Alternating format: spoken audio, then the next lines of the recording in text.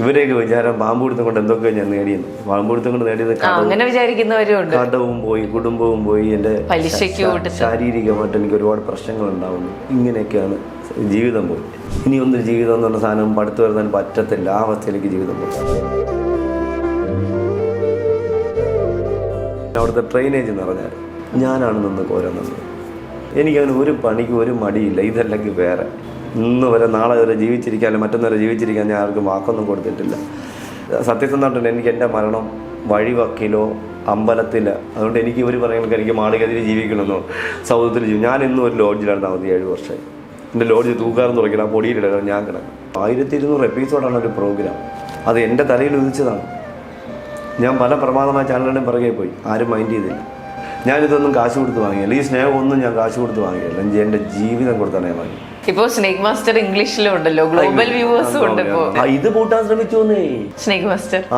ഇതിനെതിരെ പരാതി കൊടുത്ത് എന്താ കുറ്റന്മാര്. പിന്നെ ജനങ്ങൾ എന്നോട് ആരാധന ഉണ്ട്. എൻ്റെ അടുത്ത് നിൽക്കുമ്പോൾ അവരെ ശ്രദ്ധിക്കുമ്പോൾ എനിക്ക് അടി കിട്ടും. അല്ലാതെ ഒരു പാമ്പ് പിടിച്ചു വെച്ച് ഞാൻ ഒരു ക്ലാസ്സിലെടുത്തിട്ട് നല്ല അടിപൊളി പിടിച്ച പാമ്പിന് അവിടെ വെച്ച് ക്ലാസ് എടുത്തിട്ട് എനിക്കൊരു കടിയും കിട്ടിയിട്ടില്ല.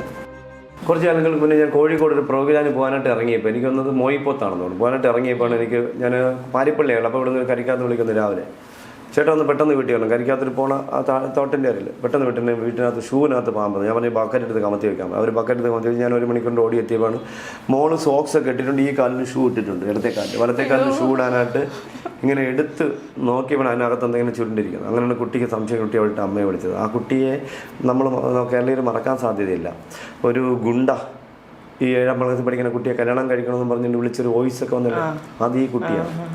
ഈ കുട്ടി പ്രധാനമന്ത്രിക്ക് ഇവിടെ അന്വേഷണമൊന്നും ഉണ്ടായില്ല. പ്രധാനമന്ത്രിക്ക് പരാതി അയച്ചു. അവസാനം പ്രതിയെ പിടിച്ചൊരു സംഭവമാണ്. അത് ഈ കുട്ടിയായിരുന്നു. അന്നത് 6ൽ പഠിക്കുന്നേ ഉള്ളൂ. 7ാം ക്ലാസ്സിൽ പഠിക്കുമ്പോഴാണ് ഈ പറഞ്ഞ ആൾ ഗുണ്ട എന്ന് പറയുന്നത്. ആരും ഗുണ്ടാളാട്ടം ജനിക്കുന്നില്ല.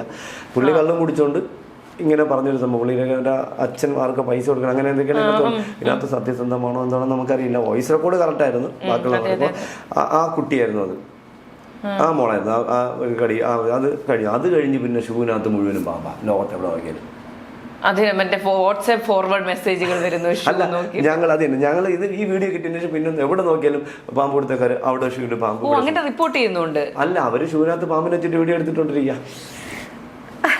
എല്ലാത്തിനും ഒരു സ്ഥലത്ത് നോക്കിയപ്പോൾ ഇത്ര ഉള്ളൊരു മണ്ണൂലി പാമ്പ് ഷൂവിനകത്തിരിക്കുന്നു. മണ്ണൂലി പാമ്പ് ഷൂവിനകത്ത്. അത് അതിനിടയിൽ ഇത് കടിച്ചാൽ മരിച്ചോ എന്നൊക്കെ പറഞ്ഞ് വീഡിയോ ഇട്ടേക്കണം. അത് വനമില്ലാത്തൊരു സാധനം. അത് ഞങ്ങൾ ആനാവൂർ നാഗപ്പ സാറിൻ്റെ വീടിൻ്റെ അടുത്തുനിന്ന് ഒരു ഹെൽമെറ്റ്, പറമ്പിക്കുന്നൊരു ഹെൽമെറ്റിനകത്ത് ആൾ കൂടിയപ്പോൾ ചരിഞ്ഞു കിടന്നല്ല ഹെൽമെറ്റ്, പാമ്പ് കഴിഞ്ഞൊന്ന് ഈ ഹെൽമെറ്റിനകത്തും കയറിയിരുന്നു. ഞങ്ങൾ ആ വീഡിയോ ഷൂട്ട് ചെയ്തിട്ട് പിന്നെ ഹെൽമെറ്റിനകത്ത് മുഴുവനും പാമ്പ്, ഓടിപ്പോണ്ട് പോകുന്ന ഹെൽമെറ്റിനകത്ത് പാമ്പ്, തലയിൽ വെച്ചുകൊണ്ട് പോകുന്ന ഹെൽമെറ്റിനകത്ത് പാമ്പ്. ഒരു രക്ഷയില്ല എന്നുള്ളതാണ്. അപ്പോൾ എന്താ ചെയ്യുക, ജനങ്ങളെ പേടിപ്പിക്കുന്നു. ഞങ്ങൾ പറമ്പിക്കിടുന്ന ഹെൽമെറ്റ് വ്യക്തമായിട്ട് പറയുന്നുണ്ട്. അത് കഴിഞ്ഞ് ഞങ്ങൾ ഉള്ളൂരടുത്തൊരു വീട്ടിൽ ഒരു പാമ്പ് ഇങ്ങനെ എഴഞ്ഞു വന്നിട്ട് ഒരു കുടം ഇങ്ങനെ ചരിഞ്ഞിരുന്നു വിറവിൻ്റെ ഇടയിൽ. അപ്പോൾ ഞങ്ങൾ വിറവ് മാറ്റി വന്നപ്പോൾ കുട ഇരുട്ടല്ലേ, അപ്പോൾ അത് വന്നതിന് ശേഷം പിന്നെ കുടത്തിനകത്ത് പാമ്പ്.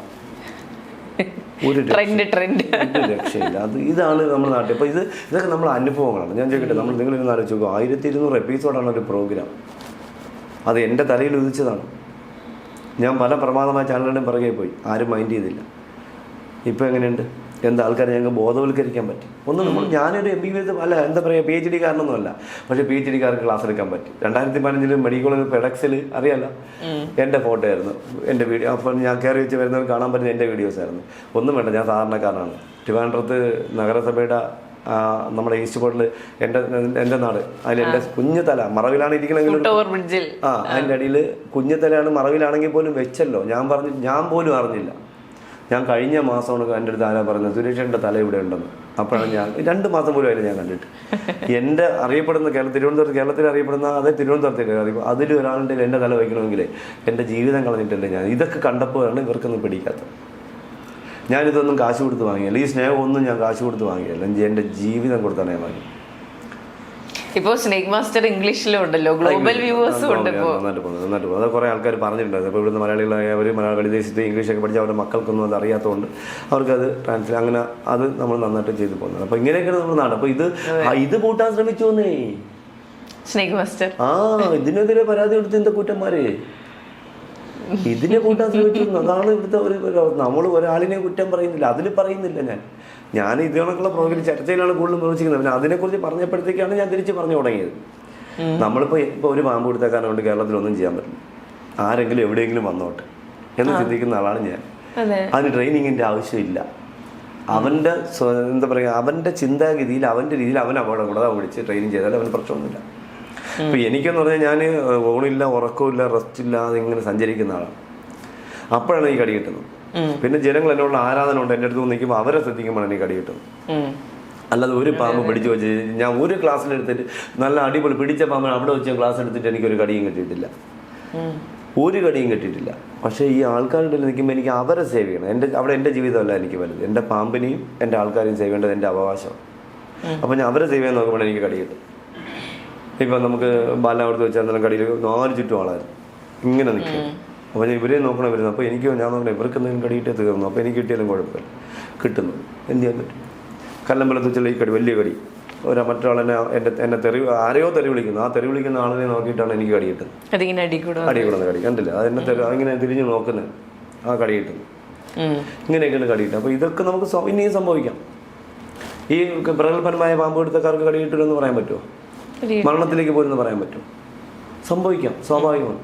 അതൊന്നും എന്താ പറയുക, അത് പ്രകൃതി. അപകടം നിറഞ്ഞ ജോലി തന്നെയാണ് എല്ലാവർക്കും. ഡ്രൈവർ അപകടമല്ലേ,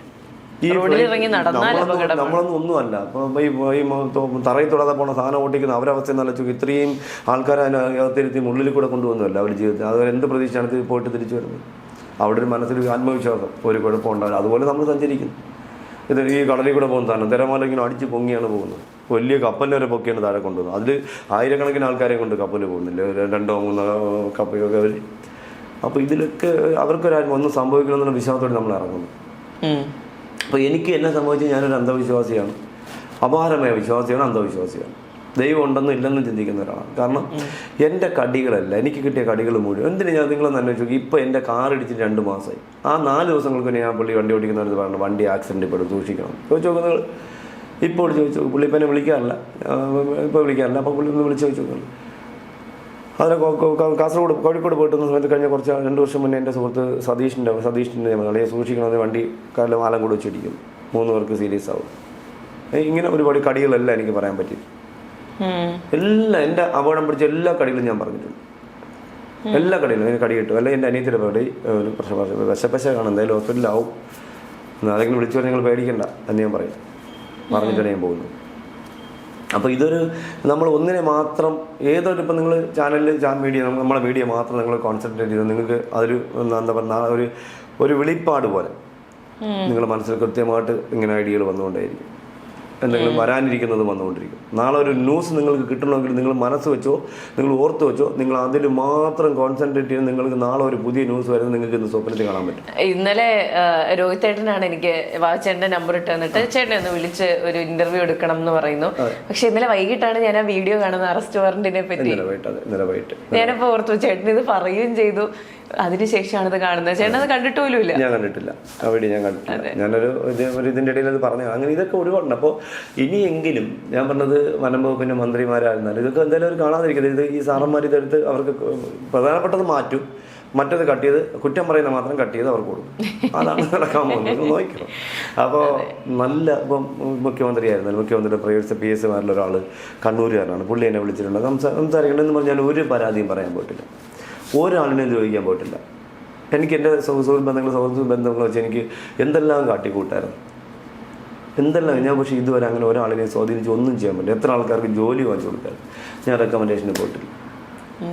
അതിൻ്റെ ആവശ്യമില്ല. എനിക്കുണ്ടെങ്കിൽ ഇപ്പോൾ ഈ പറയുന്ന ഓഫീസർക്ക് എനിക്ക് ഇവിടെ പരാതി കൊടുക്കാം, കേന്ദ്ര വൈൽഡ് ലൈഫിൽ പരാതി കൊടുക്കാം, എവിടെ ഉണ്ടെങ്കിലും കുറേ സാധനം കൊടുക്കാറുണ്ട്. ഞാൻ ചെയ്തില്ല. ഇപ്പോൾ ദേഷ്യം വരുമ്പോൾ പറയുന്നു എന്നുള്ളതേ ഉള്ളൂ. എൻ്റെ മനസ്സിൽ ഒരിക്കലില്ല. പക്ഷെ ഇവർക്കുണ്ട് എന്തിനോ വേണ്ടി ആരാ പറയും, എന്തിനു വേണ്ടി തിളയ്ക്കുന്ന സാമ്പാർ എന്ന് പറയും പോലെ. പോയാൽ പോയി, തിരിച്ച് വന്നെങ്കിൽ വന്നു പറയും. ഇവരൊക്കെ വണ്ടി ഓടിച്ചൊക്കെ പോകുന്നവരാണ്, യാത്ര ചെയ്യുന്നവരാണ്. എങ്ങോട്ടോ പോകുന്നു, വരുമെന്നുണ്ടെങ്കിൽ ഉറപ്പുണ്ടോ നമുക്ക്? എൻ്റെ വീട്ടിൽ എൻ്റെ അമ്മയും അനിയത്തെ ഞാൻ ആദ്യം ബോധവൽക്കരിച്ചു. പാമ്പ് പിടിച്ച് സീരിയസ് ആയണൊക്കെ പറഞ്ഞ് എൻ്റെ പറഞ്ഞ് ഇനി പോകണ്ടെന്ന് പറഞ്ഞു. ഞാൻ പറഞ്ഞു നിങ്ങളൊന്നും പറഞ്ഞു, ഞാൻ പോയാലും നിങ്ങൾക്ക് 2 മക്കൾ വേറെ ഉണ്ടെന്ന് പറഞ്ഞു. ഒരു ടെൻഷനും വേണ്ടെന്ന്, ധൈര്യം വിട്ട് അവർ നിങ്ങളെ നോക്കിക്കൊള്ളുന്നു. അങ്ങനെയാണ് എൻ്റെ അമ്മ എൻ്റെ അനിയത്തെയൊക്കെ ഞാൻ ബോധവൽക്കരിച്ചത്. ഇപ്പം ഞാനില്ലെങ്കിൽ അവരില്ല, അതാണ് ഇപ്പോഴത്തെ അവസ്ഥ. ഇപ്പൊ ഇന്ന് തന്നെ ആയാലും എല്ലാ ജോലിക്കും അതിന്റെ മാന്യതയുണ്ട്, എല്ലാം ഉണ്ട്. എല്ലാം അത് ഇപ്പൊ ഞാനേ ഒരു സംശയം ഞാൻ പറയാം. നിങ്ങൾ കൊല്ലത്തോട്ടൊക്കെ യാത്ര ചെയ്യും. നിങ്ങൾ തിരുവനന്തപുരത്ത് നിന്ന് വെഞ്ഞാറമൂട് വഴി കിളിമാനൂർ കഴിഞ്ഞ് നിലമേലെന്നുള്ള സ്ഥലമുണ്ട്. അത് കഴിഞ്ഞ് അപ്പുറത്തോട്ട് പോകുമ്പോൾ വലത് സൈഡിൽ രാജ ഹോട്ടൽ, ചെറിയ ഹോട്ടൽ, വലിയ മറ്റേ ഇപ്പുറത്തുള്ള ഇന്റർനാഷണൽ ഹോട്ടലിൽ ഒരു ഹോട്ടലുണ്ട്. നിങ്ങൾ അവരുടെ അടുത്ത് ചോദിച്ചോണം. ഒരു 3-4 വർഷങ്ങൾക്ക് മുന്നേ അവിടുത്തെ ട്രെയിനേജ് എന്ന് പറഞ്ഞാൽ ഞാനാണ് നിന്ന് കോരാൻ നിന്നത്. 4 വർഷം പോലും ആയില്ല, 5 വർഷത്തിന് ആ കൊറോണയ്ക്കൊക്കെ അടുത്തതാണ്. എനിക്കറിയാം, എനിക്കങ്ങനെ ഒരു പണിക്ക് ഒരു മടിയില്ല. ഇതല്ലെങ്കിൽ വേറെ അല്ലേ കൂലിപ്പണിക്ക് പോകുന്നത്. ഇവരെയൊക്കെ വിചാരം പാമ്പ് പിടുത്തം കൊണ്ട് എന്തൊക്കെയോ ഞാൻ നേടിയെന്ന്. പാമ്പ് പിടുത്തം കൊണ്ട് നേടിയത് കടവും പോയി, കുടുംബവും പോയി, എൻ്റെ ശാരീരികമായിട്ട് എനിക്ക് ഒരുപാട് പ്രശ്നങ്ങൾ ഉണ്ടാവുന്നു. ഇങ്ങനെയൊക്കെയാണ് ജീവിതം പോയി. ഇനി ഒന്നും ജീവിതം എന്ന് പറഞ്ഞ സാധനം പഠിത്തു വരുത്താൻ പറ്റത്തില്ല. ആ അവസ്ഥയിലേക്ക് ജീവിതം പോയി. പിന്നെ ഇവരെയൊക്കെ വാരികൾ കേട്ട് മടുക്കുകയും ചെയ്യുന്നു. ഇതാണ് ഇപ്പം മുന്നോട്ട് പോയിക്കൊണ്ട്. എന്നാലും പ്രതികരിക്കേണ്ട സമയത്ത് പ്രതികരിക്കും. അതിൻ്റെ പേരിൽ എന്തെങ്കിലും ചെയ്യാനുള്ളവർ ചെയ്തോട്ടെ. ഇന്ന് വരെ നാളെ വരെ ജീവിച്ചിരിക്കാനും മറ്റൊന്നുവരെ ജീവിച്ചിരിക്കാൻ ഞാൻ ആർക്കും വാക്കൊന്നും കൊടുത്തിട്ടില്ല. എന്തായാലും ഞാൻ സത്യസന്ധമായിട്ടുണ്ട്. എനിക്ക് എൻ്റെ മരണം വഴിവക്കിലോ അമ്പലത്തിലോ, ഞാൻ അഭിമതമായിട്ട് അമ്പല വിശ്വാസിയാണ്, അമ്പലത്തിലെ ആൽത്തറയിലോ ആവണമെന്ന് ആഗ്രഹിക്കുന്ന ഒരാളാണ് ഞാൻ. അതിനൊരു സ്ഥലവും ഞാൻ കണ്ടുവച്ചിട്ടുണ്ട്. ശാർക്കര ക്ഷേത്രത്തിൻ്റെ ആൽത്തറയിലാവണം എൻ്റെ മരണം എന്ന് ഞാൻ ആഗ്രഹിക്കുന്നു. അങ്ങനെ ആവുമെന്ന് എനിക്കറിയില്ല. അല്ലെങ്കിൽ ഏതെങ്കിലും അനാഥ മന്ദിരങ്ങളിലാവണമെന്നും ആഗ്രഹിക്കുന്നു. അങ്ങനെ നടക്കണമെന്ന് എനിക്ക് എൻ്റെ ചിന്ത ഇതുവരെ മാറ്റം വന്നിട്ടില്ല. ഞാൻ ചിന്തിച്ച ഒരു കാര്യങ്ങളും ഇതുവരെ മാറ്റം വന്നിട്ടില്ല. പിന്നെ വഴിവക്കിലും ആവാം. ഈ 3 കാര്യങ്ങൾ എൻ്റെ മനസ്സിൽ. ഒന്നീ വഴിവക്കിൽ, ഇല്ലെങ്കിൽ അനാഥ മന്ദിരത്തിൽ, ഇല്ലെങ്കിൽ അമ്പലത്തിൻ്റെ എന്താ പറയുക, അമ്പലങ്ങൾക്ക് ബുദ്ധിമുട്ട്. ഇപ്പോൾ ഒരാളവിടെ കിടന്ന് മരിക്കുമ്പോൾ അമ്പലത്തിനൊരു പരിഹാരമുണ്ട്. അവർക്കൊരു ബുദ്ധിമുട്ടില്ലാത്ത രീതിയിൽ പറമ്പിൽ എവിടെയെങ്കിലും ഒരു അതാണ് എൻ്റെ ആഗ്രഹം. അതങ്ങനെ സൗകര്യമായിരിക്കും, ഉറപ്പാണ്. അതാണ് എന്നെ നടക്കാതിരുന്നിട്ടില്ല. അതെങ്ങനെയും നടക്കുകയുള്ളൂ. അതുകൊണ്ട് എനിക്ക് ഇവർ പറയുന്നത് എനിക്ക് മാളികയിൽ ജീവിക്കണമെന്നോ സൗദത്തിൽ ഞാൻ ഇന്നും ഒരു ലോഡ്ജിലാണ് താമസിച്ചത് 7 വർഷമായി. എൻ്റെ ലോഡ്ജ് തൂക്കാറും തുടങ്ങിയാൽ ആ പൊടിയിലിടണം, ഞാൻ കിടക്കാം. തൂക്കാൻ തുടങ്ങിയാണ് സമയം പോലും എനിക്ക് കിട്ടുന്നത്. നിങ്ങളൊന്ന് വന്ന് കണ്ടേക്ക് നിങ്ങൾ തന്നെ ആയിരിക്കും, അയ്യോ സുരേഷേട്ട ഇത്രയും വൃത്തിയായിട്ട സ്ഥലത്താണ് കിടക്കുന്നത്. നിങ്ങൾ വന്ന് നോക്കണമെങ്കിൽ ഞാൻ തൂത്തിട്ടിൻ്റെ മാസങ്ങളായി, ഇനി സമയം കിട്ടുന്നില്ല. ആ പൊടിയിൽ വേണ്ടിയിട്ടാണ് ഞാൻ കിടക്കുന്നത്. പാതിരാകുമ്പോൾ ചുമയ്ക്കാറുമുണ്ട് ഈ പൊടി അടിച്ചിട്ട്. എന്ത് ചെയ്യാൻ പറ്റും? വന്ന് കിടന്നാന്ന് കണ്ണടയ്ക്കാണ് സമയം നോക്കുന്നത്. അപ്പോഴത്തേക്ക് പിറ്റേന്ന് രാവിലെ അടുത്ത കോൾ വരും. ഇപ്പം നമ്മളെ മുന്നിലിരിക്കുമ്പോൾ ഞാനിപ്പോൾ എനിക്ക് ആദ്യത്തെ കോളിന് പ്രാധാന്യം കൊടുക്കേണ്ടത് കുണ്ടമൺ കടവിലൊരു വീട്ടിലൊരു മാഡത്തിൻ്റെ വീട്ടിൽ ബെഡ്റൂമിനകത്ത് കഴിഞ്ഞ ഒരു 3 ദിവസങ്ങളിൽ 6 മൂർഖൻ്റെ കുഞ്ഞുങ്ങളെ കിട്ടി. അവരുടെ ഫോട്ടോ അയച്ചു. എങ്ങനെ വന്നോന്ന് എനിക്കറിയില്ല. അതിന് വീട് കണ്ടാലേ എനിക്ക് പറയാൻ എന്തെങ്കിലും എൻ്റെ മനസ്സിലൊരു ദുരൂഹത കാണുന്നുണ്ട്, എന്തോ ഒരു സംശയം കാണുന്നുണ്ട്. അപ്പം ബാത്റൂമിനകത്താണ്, ബാത്ത് അറ്റാച്ച്ഡ് റൂമാണ്. ബാത്ത് അറ്റാച്ച്ഡ് ചിലപ്പോൾ വേസ്റ്റ് കൂടെ വരാം. അപ്പം ഞാൻ ചോദിച്ചപ്പോൾ അങ്ങനെ ഈ ടൈല് പൊട്ടലുണ്ടോ, ഗ്യാപ്പുണ്ടോ, അങ്ങനെ ഒന്നുമില്ല എന്ന് പറഞ്ഞു. അങ്ങനെ ഒന്നുമില്ല. 5 എണ്ണം കിട്ടിയെന്ന് പറഞ്ഞു. 5നെയും കൊന്നുമാണ് കൊല്ലേണ്ടത് അവരെ അവകാശം. വീട്ടിനകത്തൊരു പാമ്പിനെ കണ്ടാലോ വന്യജീവിയൊക്കെ ഒരു കടുവ തന്നെ നിങ്ങളെ ആക്രമിക്കാൻ വരുന്നത് നിങ്ങൾക്ക് ധൈര്യമായിട്ട് കൊല്ലാം. നിങ്ങളുടെ വീടിനകത്ത് നിങ്ങളെ ഒരു പ്രശ്നമില്ല, സ്വയരക്ഷയാണ്. പാമ്പുകളെ അങ്ങനെ തന്നെയാണ് കൊല്ലാം അധികാരമുണ്ട്. അപ്പോൾ ഇങ്ങനെയൊക്കെയുള്ള സ്ഥലത്ത് അവർക്ക് കൊല്ലാം. അതും അവങ്ങനെയും ഭീഷണിപ്പെടുത്തുന്നു ഈ പാവങ്ങളെ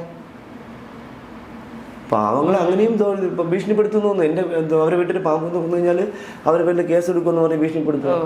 അത് എവിടുത്തെ നിയമമെന്നാണ് ഞാൻ ചോദിക്കുന്നത്. ഇതൊക്കെ ചോദിക്കുന്നതാണ് ഞാൻ ജനത്തിനോടൊപ്പം. എൻ്റെ പാമ്പുകളും എനിക്ക് വേണം, എൻ്റെ വന്യമൃഗങ്ങളും എനിക്ക് വേണം. എനിക്ക് ഇവരെ ഒന്നും പ്രൊട്ടക്ട് ചെയ്യേണ്ട ഒരു കാര്യമില്ല. ഇവർ നല്ലത് ചെയ്തെങ്കിൽ നല്ലതാണ്. ഞാൻ ചോദിക്കട്ടെ, ഈ നമ്മുടെ ഈ തിരുവനന്തപുരത്ത് വെള്ളനാട് ഒരു കരടി കിണറ്റി വീണു മരിച്ചത് പോട്ടെ, വെള്ളത്തിൽ വീണു. ആ കരടി എവിടെ നിന്ന് പിടിച്ചെന്നുള്ളത് അറിയാമോ? വർക്കരയിൽ നിന്ന് പിടിച്ചതാണ്. 2 വർഷം, ആ കൊറോണയ്ക്ക് മുന്നേ. എവിടെ വിട്ടു എന്ന് റിപ്പോർട്ടുണ്ടോ? വെക്കാൻ പറയും. വെള്ളനാട് കുളത്തൂപ്പുഴയും ചാടി വന്ന അരിപ്പയും ചാടി വന്ന കരടി അവിടെ വെച്ച് നമ്മുടെ കേരളത്തിന് തിരുവനന്തപുരത്തിൻ്റെ പാലോടിൻ്റെ കൂട്ടിൽ വിടുന്നു. ആ കരടിയാണ് ഈ കിണറ്റി വീണ് മരിക്കുന്നത്. സെയിം കരടി. കഴക്കൂട്ടുന്ന ഒരു പോത്തിനെ പിടിച്ചുകൊണ്ട് വിതിരിലവിടെ കൊണ്ടുവിട്ടു, അവിടെ കിണറ്റി വീണ് മരിച്ചു. ശരിക്കും പാമ്പുകളാണെങ്കിലും മൃഗങ്ങളാണെങ്കിലും അതിൽ കറക്റ്റ് ആവാസ വ്യവസ്ഥ കണ്ടുപിടിക്കാതെയാണ് തുറന്നു വിടുന്നത്.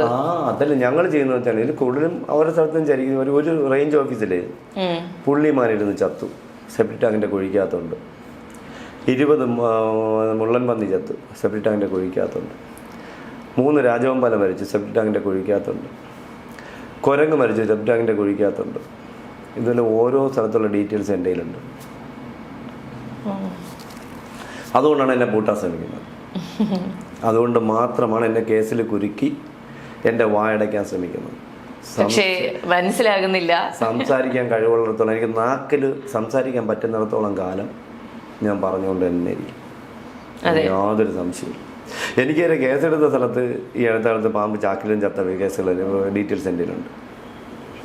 ചാക്കിനകത്തിരുന്ന് ഇപ്പം അടുത്ത കാലത്ത് അതുപോലെ മറ്റൊരു സ്ഥലത്ത്, കണ്ണൂർ സ്ഥലത്ത് പാമ്പിനെ കൊണ്ട് ഒരു കുഴിക്കകത്തിട്ട് വയ്ക്കും, പിൽറ്റിനകത്ത്, സൗകര്യം പോലെ കൊണ്ട് തുറന്നു വിടുന്നത്. അവിടെ ഈ അടുത്ത കാലത്ത് ഒരു ചെറുപ്പക്കാരൻ പാമ്പിനെ കൊണ്ട് വയ്ക്കാൻ പോയപ്പോൾ അവിടെ പോകാൻ പറ്റാത്തൊരു സ്മെല്ലുണ്ടായിരുന്നു. ഇപ്പം ഞാനിപ്പോൾ ഒരു മണ്ണെണ്ണ വീണൊരു പാമ്പ് കൊണ്ടുവരുന്നു, അല്ലെങ്കിൽ JCB തട്ടിയിട്ടൊരു പാമ്പുണ്ട്, അല്ലെങ്കിൽ വണ്ടി ഇടിച്ചൊരു പാമ്പുണ്ട്, അല്ലെങ്കിൽ ആളുകൾ അടിച്ചിട്ടൊരു പാമ്പ്, ഇതൊക്കെ ഇരുന്ന് മരിക്കാം സാധ്യത കൂടുതൽ. പാമ്പിൻ്റെ പ്രത്യേക എല്ലാ പാമ്പിനെയും ട്രീറ്റ്മെൻറ്റ് ചെയ്യാൻ പറ്റില്ല. വലിയ മുറിവ് ഒരിക്കലും പറ്റും. പിന്നെ ഈ ചാനലിൽ മുന്നേ കുറച്ച് അങ്ങനെ ചെയ്തു ഇങ്ങനെ ചെയ്തു എന്നൊക്കെ പറഞ്ഞ് ചെയ്ത് കാണിച്ച് കൂട്ടാം. പിന്നെ ജീവിച്ചിരിക്കുന്ന കാണിച്ചിട്ടുണ്ട് ആരെങ്കിലും? ട്രീറ്റ്മെന്റ് പാടാണ് ഫുൾ ബ്രീത്തല്ലേ. അപ്പോൾ കീറിപ്പോയി, സ്റ്റിച്ചിട്ടു. നമ്മൾ എടുക്കുമ്പോഴോ തുറന്നു വയ്ക്കുമ്പോഴോ അടുത്ത് നോക്കാൻ ശ്രമിക്കുമ്പോഴേ അപ്പം ഇതങ്ങ് വലിഞ്ഞ് പൊട്ടിപ്പോകും. ഇതിനെ അങ്ങനെ തന്നെ ആ മുറിവോടെ ഏതെങ്കിലും കെട്ടി പാറക്കെട്ടിനകത്തോ മാളത്തിനകത്തോ അങ്ങോട്ട് കൊടുക്കാം. അവിടെ ഇരുന്ന് റെസ്റ്റ് എടുത്ത് താനെ ഇരുന്ന് കയറാതെ അവിടെ ഇരുന്ന് മുറിവ് ഹീലായാലേ പറ്റൂ. ഇതാണ് പ്രകൃതിയുടെ നിയമം സംഭവിക്കുന്നത്. ഒരാവശ്യവും അതാണ്. പല പാമ്പുകളെ പിടിക്കുമ്പോൾ അതിൻ്റെ ദേഹത്തൊക്കെ വലിയ മുറിവുകൾ ഉണങ്ങിയിരിക്കുന്ന പാടുകൾ കാണാൻ പറ്റും. ഞാൻ പല എപ്പിസോഡിൽ കാണിച്ചിട്ടുണ്ട്. അത് നാച്ചുറലായിട്ട് അങ്ങോട്ടാണ്. ആ വേദന ഉണ്ടുമ്പോൾ എവിടെയെങ്കിലും വെച്ച് ഉരുണ്ടങ്ങിരിക്കും. അപ്പോൾ അതങ്ങ് ഹീലാവും. നമ്മൾ പിടിച്ചെടുക്കുമ്പോൾ അവൻ എയർ എടുക്കുന്നു, പിന്നെ എയർ വിടുന്നു, അപ്പോൾ ഇത് വലുതാവുന്നു, ചെറുതാവുന്നു. മനസ്സിലായില്ലേ? ഇപ്പം നമ്മൾ ഇപ്പോൾ ഒരു കുറച്ച് നാൾ മുന്നേ ഒരു പാമ്പിൻ്റെ ബോട്ടം, മെയിൽ പാമ്പിൻ്റെ ബോട്ടം വെളിയിൽ കിടക്കും. ഒരു സർജറിയൊക്കെ ചെയ്യാൻ ശ്രമിച്ചിട്ടൊന്നും തിരുവനന്തപുരത്ത് ഞാനും കൂടെ ഉണ്ടായിരുന്നു. അപ്പോൾ അത് ഇതിനകത്താക്കാൻ നോക്കിയിട്ട് ഞാൻ പറഞ്ഞു, നിങ്ങളെ പാമ്പിനെ വിടുന്നു, പാമ്പിനെ ചാക്കിൽ കെട്ടി വയ്യുന്നു. ചാക്കിൽ കെട്ടി വെച്ച് ഇവരും പഠിച്ച പണി വേണ്ട നോക്കിയിട്ട് ബോട്ടകത്ത് പോയില്ല. ചാക്കിൽ കെട്ടിച്ച് പിറ്റേന്ന് രാവിലെ അഴിച്ചു നോക്കിയപ്പം പഴയതുപോലെ. ഇതൊക്കെ നമ്മൾ അനുഭവം കൊണ്ട് പഠിക്കുന്ന പാഠങ്ങളാണ്. ഇത് പറയുമ്പോൾ വാവാ സുരേഷ് എന്താ പറയുക, ഡിഗ്രി എടുത്ത അല്ല എന്താ MBBS അല്ല എന്താ പറയുക PhD എടുത്ത ആളാണെന്ന്. PhD-കാർക്ക് ക്ലാസ് എടുത്തവരാണ് ഞാൻ. നമ്മുടെ വെഞ്ഞാറമല്ല കൊട്ടാരക്കരയ്ക്ക് പുത്തൂർ ശ്രീനാരായണ ആയുർവേദ കോളേജിൽ വെച്ച് ക്ലാസ് എടുത്ത് തുടങ്ങി വളരെ കടിയേറ്റ്. അവരുടെ അടുത്ത് ഞാൻ പറഞ്ഞു പേടിക്കണ്ട എന്ന് പറയുന്നു ഡോക്ടർമാർക്ക്, ആയുർവേദ ഡോക്ടർമാർക്ക്. അപ്പോഴാണ് എനിക്ക് കടി കിട്ടുന്നത്. പേടിക്കരുതെന്ന് പറഞ്ഞതിന് ശേഷം 1.5 മണിക്കൂർ ഞാൻ ക്ലാസ് എടുത്തു അണലിയുടെ കടി കിട്ടിയിട്ട് ചോദിച്ചു നോക്കുന്നത്. എന്നിട്ട് അത് ബാക്കിയുള്ള പാമ്പുകളെല്ലാം കാണിച്ചതിന് ശേഷമാണ് ഞാൻ 1.5 മണിക്കൂർ ക്ലാസ് എടുത്തിട്ടാണ് അവസാനം ഈ പാമ്പിനെല്ലാം കൊണ്ട് എൻ്റെ വീട്ടിൽ കൊണ്ട് വെച്ചിട്ടാണ് ഞാൻ വേണ്ട മെഡിക്കൽ ICUയിൽ അഡ്മിറ്റ് ആവുന്നത്. അപ്പോൾ ഞാൻ അവിടെ അടുത്ത് പേടിക്കേണ്ടെന്നൊക്കെ പറഞ്ഞ് ഈ കടി കിട്ടുമ്പോൾ ഞാൻ പേടിച്ച് ഓടി ചാക്കിൽ വാരി കിട്ടുമ്പോൾ ഞാൻ അവിടെ കൊടുക്കുന്ന മെസ്സേജ് എന്താണ്? ഇപ്പോൾ നമ്മുടെ വീഡിയോയിൽ കാണുന്നതിൻ്റെ അധികാരികളോട് എനിക്ക് പറയാനുള്ളത്, ആദ്യം നിങ്ങൾ ചെയ്യേണ്ടത് പാവപ്പെട്ട ആൾക്കാരുടെ പേരിൽ കേസെടുക്കുകയല്ല, പാമ്പ് കടി ഏറ്റ് ട്രീറ്റ്മെൻറ്റിലിരിക്കുന്ന ആൾക്കാരുടെ ചികിത്സാ ധനസഹായം വർദ്ധിപ്പിക്കുക. ഹെൽത്ത് കാർഡ് ചപ്പൊക്കെ അതൊക്കെ മാറ്റി വെക്കുക. അതൊക്കെ വേറെയാണ്. പാമ്പ് കടിയിട്ട് മരണപ്പെടുന്ന ആൾക്കാരുടെ നഷ്ടപരിഹാരം വർദ്ധിപ്പിക്കുക. ഞാൻ പേപ്പർ കൊടുത്തിട്ടുണ്ട്.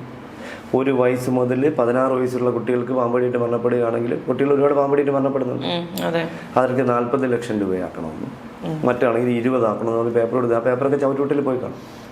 അതിനാണ് ഞാൻ പ്രതികരിക്കുന്നത്. അല്ലാതെ പാമ്പിനെ പിടിച്ചുകൊണ്ട് ഞാൻ ഫോട്ടോ എടുത്തുനിന്ന് വീഡിയോ എടുത്തുനിന്ന് സെൽഫി എടുത്തെന്ന് പറഞ്ഞാൽ കേസെടുക്കേണ്ട കാര്യമൊന്നും ഒരു കാര്യമില്ല. അത് കേരളത്തിൽ മാത്രമാണ്. മറ്റുള്ള സംസ്ഥാനങ്ങളിൽ പിള്ളേർ പാമ്പിനെ വെച്ചാൽ അമ്മാനമാണത്. മഹാരാഷ്ട്രയിലൊക്കെ അപ്പോൾ അവരെ കൊണ്ട് ചെന്നിട്ട് അവരെവിടെയെങ്കിലും കൊണ്ടും കളയും, ഒരു പ്രശ്നമില്ല. ഇവിടെ അതല്ല. ഇവിടെ ഈ സാപ്പ് വിൽക്കാൻ വേണ്ടി എഗ്രിമെൻ്റായി. സർപ്പ എന്നൊരു ആപ്പ്, ഒരാളിൻ്റെ പേരുള്ള ആപ്പ് തമിഴ്നാട് സർക്കാരിന് കേരളത്തിൽ സമ്പൂർണ്ണ വിജയം. ഒരു കടി പോലും ഇല്ല. 122 കടി കഴിഞ്ഞിരിക്കുകയാണ്. ഈ ആപ്പ് കൊണ്ട് ഈ ആപ്പ് കൊണ്ട് പഠിച്ചത് കൊണ്ട് അതുവഴി പിടിക്കുന്ന ഒരാളിനും കടിയില്ല. അവരുടെ പറഞ്ഞ് തെറ്റിദ്ധരിച്ചിരിക്കുക. ഈ ആപ്പ് ആ സംസ്ഥാനത്ത് നിന്ന് ഫ്രീ ആയിട്ടാണോ വെക്കുന്നത്? ഇൻകത്തിൻ്റെ ഡീറ്റെയിൽസ് എനിക്ക് കിട്ടിയിട്ടില്ല, എത്രയാണ് എൻ്റെ എഗ്രിമെൻ്റ് എന്നുള്ളത്. അത് ഇവിടുത്തെ പൊട്ടന്മാരായവർ ഇത് എന്താണെന്നല്ലോ അന്വേഷിക്കുന്നില്ല. ഇതാണ് ശരി, ഇന്ന ആൾ പറഞ്ഞു അതാണ് ശരി. എന്തൊക്കെ പൊട്ടത്തരം നമ്മുടെ നാട്ടിൽ ഇറങ്ങുന്നത്. എഡ്യൂക്കേറ്റഡായ കുട്ടികൾ അന്യനാട്ടിൽ പോണത് കൊണ്ടാണ് നമ്മുടെ നാട് ഇങ്ങനെ നശിച്ചു പോകുന്നത്. ഇവിടെ പഠിച്ച് വിദ്യാഭ്യാസം നേടി വരുന്നവരുടെ അന്യ സംസ്ഥാനം ജോലിക്കും അവൻ്റെ ബുദ്ധി അവൻ ആ രാജ്യത്ത് കൊടുക്കുന്നു, ഈ സംസ്ഥാനത്തിന് അടുത്ത രാജ്യത്ത് കൊടുക്കുന്നു. കോൺട്രിബ്യൂഷൻ അങ്ങോട്ടേക്ക് പോകും. ഇവിടെ അവന് ശമ്പളം ഇൻകം കിട്ടുന്ന അവിടെ നിന്നില്ല. അപ്പോൾ അവൻ്റെ ബുദ്ധി മൊത്തം അവിടെ ചിലവാക്കുന്നു. ഇവിടെ ബുദ്ധിയില്ലാത്ത ഇവരെ പോലുള്ളവരാണ് ഈ കാര്യങ്ങൾ നിയന്ത്രിക്കുന്നത്. അപ്പോൾ ഇനി വരുന്ന മന്ത്രിക്കെങ്കിലും നല്ല ഐഡിയ പറഞ്ഞു കൊടുക്കാൻ പറ്റുന്ന PA-മാരുണ്ടാവണം, വിദ്യാഭ്യാസമുള്ള PA-മാരുണ്ടാവണം, ഐഡിയോളജിയുള്ള PA-മാരുണ്ടാവണം, നാടിനെ സംരക്ഷിക്കാൻ ചുമതലയുള്ളവരുണ്ടായിരിക്കണം, മൃഗങ്ങളെ കൂടി സംരക്ഷിക്കാൻ ചുമതലയുള്ളവരുണ്ടായിരിക്കണം. മൃഗവും വേണം, മനുഷ്യരും വേണം, പാമ്പ് വേണം, പഴയ എല്ലാം വേണം. അല്ലാതെ എല്ലാത്തിനെയും പിടിച്ച് കൂട്ടിലടച്ച് നശിപ്പിക്കാനൊന്നും ഞാൻ പറഞ്ഞത്. ഒരു ജീവിയും കൂട്ടിലടക്കരുതെന്ന് ചിന്തിക്കുന്ന ഒരാളാണ്. അപ്പോൾ അത് കാട്ടിലേക്ക് വിടുക. ഇപ്പോൾ ഞാൻ ചോട്ടി ഇപ്പോൾ നമ്മൾ പല സംസ്ഥാനങ്ങളിൽ നിന്ന് കടുവ, പല കേരളത്തിൽ പല ജില്ലയിൽ നിന്ന് കടുവയെ പിടിച്ചിട്ടുണ്ട്. എവിടെ കടുവയുടെ എന്തുകൊണ്ട് ഇന്ന സ്ഥലത്ത് റിലീസ് ചെയ്യുമെന്ന് പറയാൻ പറ്റാത്ത കാര്യം എന്താണ്? അപ്പോൾ ആ സ്ഥലത്തുള്ള ആൾക്കാർ ജാഗ്രതയിലാവൂലേ ആ വനത്തിനകത്ത് ജീവിക്കുന്നത്? എന്തുകൊണ്ടാണ് പറയാൻ പറ്റാത്തത്? ഇപ്പം നമ്മൾ ഇതിലൊരു കല്ലാറിലൊരു കരടി വീണു. അവൻ്റെ താഴോട്ട് പറഞ്ഞ കരടി അവിടെ തേനീച്ചകളുണ്ട്. തേനീച്ചയുടെ കൃഷി ചെയ്യണ്ട. കാട്ടിനകത്ത് കരടിയുള്ള സ്ഥലത്ത് എന്തിനാ തേനീച്ച കൃഷിയായിട്ട് പെർമിഷൻ കൊടുക്കുന്നത്? അത് വനംവകുപ്പിനെ നിയന്ത്രിക്കും. ഇവിടെ കൊടുക്കാം. അല്ലെങ്കിൽ അവർക്ക് ഫെൻസിങ് ഇട്ട് കൊടുക്കണം. ഫെൻസിങ് എന്ന് പറഞ്ഞാൽ ഏറ്റവും വലിയ കളത്തറ. ഒരു ബേസിക് സെൻസ് ഉണ്ടെങ്കിൽ ഇതൊക്കെ മനസ്സിലാകാവുന്നതേ ഉള്ളൂ. മൂള വേണം, പറഞ്ഞു കൊടുക്കാനുള്ള ആളും വേണം. ഇത് രണ്ടുമില്ല. ആർക്കും പറഞ്ഞു കൊടുക്കുക അവന്. ഇപ്പം ഇവിടെ നമ്മുടെ നാട്ടിൽ നടക്കുന്നത് നോക്കും, അവൻ എങ്ങോട്ടാണ് പോണത്, അപ്പുറത്താണോ ഇപ്പുറത്താണോ, അവൻ അപ്പുറത്താണ് ചായ, അപ്പോൾ പിന്നെ അവനെ അങ്ങ് വെട്ടിക്കളയാം. ഇതാണ് ഇവിടെ സംഭവിക്കുന്ന ഒരു കാര്യം. അല്ല വേറെ ഒന്നുമില്ല. ഞാൻ ഒരു എന്താ പറയുക, എല്ലാ രാഷ്ട്രീയ പാർട്ടിക്കാരും എനിക്ക് വേണം. എൻ്റെ മനസ്സിലൊരു പാർട്ടി ഉണ്ടായിരുന്നു. ഞാനിപ്പോൾ ഒന്നിനും ആളല്ല. കാരണം ഞാൻ ചിന്തിച്ചു, നമ്മൾ പാമ്പിനെ പിടിക്കാൻ പോകുമ്പോൾ പാമ്പിന് ജാതിയില്ല, മതമില്ല, രാഷ്ട്രീയമില്ല. അപ്പോൾ അങ്ങനെയുള്ള ആളിനെ നമ്മൾ സേവ് ചെയ്യുമ്പോൾ നമുക്കത് വേണ്ട. നമുക്ക് സൗകര്യം തോന്നും. ഇപ്പോൾ എൻ്റെ എന്താ പറയുക, എൻ്റെ സുഹൃത്തുക്കളാരും മത്സരിക്കുന്നു, നല്ല കൊള്ളാം, കുഴപ്പമില്ല, അവൻ പ്രശ്നക്കാരനല്ല, അവൻ നല്ല നാടിന് നന്നവനായിരിക്കും, എനിക്ക് അവനെടുക്കുക. ഞാൻ അങ്ങനെയാണ് ഇപ്പോൾ ചിന്തിക്കുന്നത്. അങ്ങനെ മാത്രമേ ഇനി ഞാൻ മുന്നോട്ട് പോവുകയുള്ളൂ. ഇപ്പോൾ എനിക്ക് എന്തായാലും കൂലിയല്ല അതിന് ജീവിക്കാൻ. പിന്നെ കേസൊക്കെ വരും പോവും, അതൊക്കെ സ്വാഭാവികം. ഗ്യാസ് ഇല്ലാത്തൊരു മന്ത്രിമാരോ ഒരു രാഷ്ട്രീയ നേതാക്കന്മാരോ കേരളത്തിലുണ്ടോ? ഇല്ല. അപ്പോൾ പിന്നെ ജയിലിൽ കിടക്കാത്ത രാഷ്ട്രീയക്കാരും ഇല്ല. അപ്പോൾ അതുകൊണ്ട് 250 കേസുകളുള്ള പാവപ്പെട്ട നേതാക്കന്മാർ നമ്മുടെ നാട്ടിലുണ്ടോ? നമ്മൾ ചേർന്ന് റോഡ് ഉപരോധം നടത്തിയോ അതിന് ഇതിനൊക്കെ. അപ്പോൾ അവർ പോലും ജീവിക്കുന്നില്ല. ആ ഒരു നാട്ടിൽ ഞാൻ വനം വകുപ്പിൻ്റെ ഒന്നും കട്ടിട്ടില്ല, മോട്ടിച്ചിട്ടില്ല, ഒന്നും ചെയ്തില്ല. എന്നാലും വേറെ ദിവസമുണ്ട്, വനം വകുപ്പിനകത്ത് വെച്ചിരുന്ന സാധനങ്ങൾ കട്ടുകൊണ്ട് കയറി സുഖമായിട്ട് ജീവിക്കുന്നുണ്ട്. തൊണ്ടി മുതൽ കട്ടുകൊണ്ട് കയറി സുഖമായിട്ട് കേരളത്തിൽ ജീവിക്കുന്നു. അതറിയാവുന്ന നിങ്ങൾക്ക്. അതുപോലെ ഇത് മരപ്പട്ടിയെ ഇങ്ങനെ ഉരിച്ച് വെച്ചിരിക്കുന്ന ഫോട്ടോ, തൊലിയില്ലാതെ ഇങ്ങനെ വെച്ചിരിക്കുന്ന ഫോട്ടോസ് ഇട്ട് കൊടുത്തിട്ട് കേസെടുത്തിട്ടില്ല. തിരുവനന്തപുരം ജില്ലയിലാണ് എന്നുള്ളത്. ഫുൾ ഇങ്ങനെയൊക്കെ നടക്കുമ്പോഴാണ് ഞാൻ ചോദിക്കട്ടെ, പാവപ്പെട്ട ഒരു ചെറുപ്പക്കാരൻ പൊന്മുടിയിലൂടെ ഒരു കേഴമാൻ വണ്ടി ഇടിച്ച് കിടന്നപ്പോൾ അധികാരികൾ പറഞ്ഞിട്ട് മുമ്പേ എടുത്തുകൊണ്ടൊന്ന് കറി വെച്ചു. 4 അധികാരികളോട് കറി വെച്ചു. 4 അധികാരികൾ സൂപ്പറായിട്ടെന്ന് ഇരിപ്പുണ്ട്. അവൻ മാത്രം വെളിയിൽ പോയി, കേസായി. 4 അധികാരികൾ ഇന്നും ഡിപ്പാർട്ട്മെന്റ് ഉണ്ടെന്നുള്ളത്. അവരാണ് പയ്യനെ കൊണ്ട് എടുപ്പിച്ചുകൊണ്ട് വന്ന് കറി വയ്ക്കാനുള്ള എല്ലാ ശ്രമവും നടത്തി, എല്ലാം മസാല ഉൾപ്പെടെ വാങ്ങിച്ചു കൊടുത്തത് അവർ സുഖമായിട്ടിരിപ്പുണ്ട്. ആൾക്കാരെ ഇരട്ട ഇത് അങ്ങനെയല്ല പറഞ്ഞത്, ഇതിന് വേറെയാണ് പറയേണ്ടത് നാടൻ ഭാഷയിൽ. അത് പറയാൻ നിങ്ങളുടെ മീഡിയ പറഞ്ഞാൽ നമ്മുടെ മീഡിയയ്ക്ക് ബുദ്ധിമുട്ടായതുകൊണ്ട് ഞാനത് പറയുന്നില്ല എന്നുള്ളതാണ്. ആ പാവപ്പെട്ട ചെറുപ്പക്കാരന് കേസിൽ പ്രതിയായി. ഇനി എത്ര ആൾ കേസ് പറയണം? വനംവകുപ്പിൻ്റെ കേസ് എന്താണെന്ന് അറിയാമോ? ജീവിതകാലം മൊത്തം കേസ് പറയണം. കുരുക്കിക്കൊണ്ടിരിക്കും. എങ്ങനെ ചെയ്യാൻ പറ്റും, എങ്ങനെ അവനെ ദ്രോഹിക്കാൻ പറ്റുന്നു. അതുപോലെ വന്യമൃഗങ്ങൾക്ക് വീണ്ടും മാന്യതയുണ്ട്. വന്യമൃഗ മനുഷ്യത്വമുണ്ട്. ഈ ഇരിക്കുന്ന ചില കൃമികീടത്തിന് ഒരു മനുഷ്യത്വമില്ല. എങ്ങനെ അവരെ നശിപ്പിക്കാമോ അവരെ ശ്രമിക്കുക. അവനെതിരെ നിൽക്കുന്ന ആരോ അവനെ എങ്ങനെ നശിപ്പിക്കട്ടെ. അതാണ് കേരളത്തിൽ നടക്കുന്നത്. അല്ലെ, അവൻ പറയാനൊന്നും എനിക്ക് ഒരു മടിയില്ല. എന്നെ എന്തായാലും തൂക്കി വരും, എന്തായാലും ഒരു നാൾ മരിക്കണം, ഒരു പ്രശ്നമില്ല. ഞാൻ പറഞ്ഞുകൊണ്ട് തന്നെ ഇരിക്കും. അതെ, എന്തായാലും ഒരുപാട് പേരുടെ ജീവൻ രക്ഷിച്ച, ഒരുപാട് പേർക്ക് സുഖമായി സ്വന്തം വീട്ടിൽ കിടന്നുറങ്ങാൻ വഴിയൊരുക്കി കൊടുത്തൊരു വ്യക്തിയെ എന്തിന് ഈ നാടിങ്ങനെ വേട്ടയാടുന്നു എന്നുള്ള ചോദ്യമാണ് വാവച്ചേട്ടൻ ചോദിക്കുന്നത്. എന്തായാലും പോരാട്ടം ഇവിടെ അവസാനിക്കുന്നില്ല, തുടർന്നും ഉണ്ടാകും. താങ്ക് യു ഏട്ടാ. സന്തോഷം.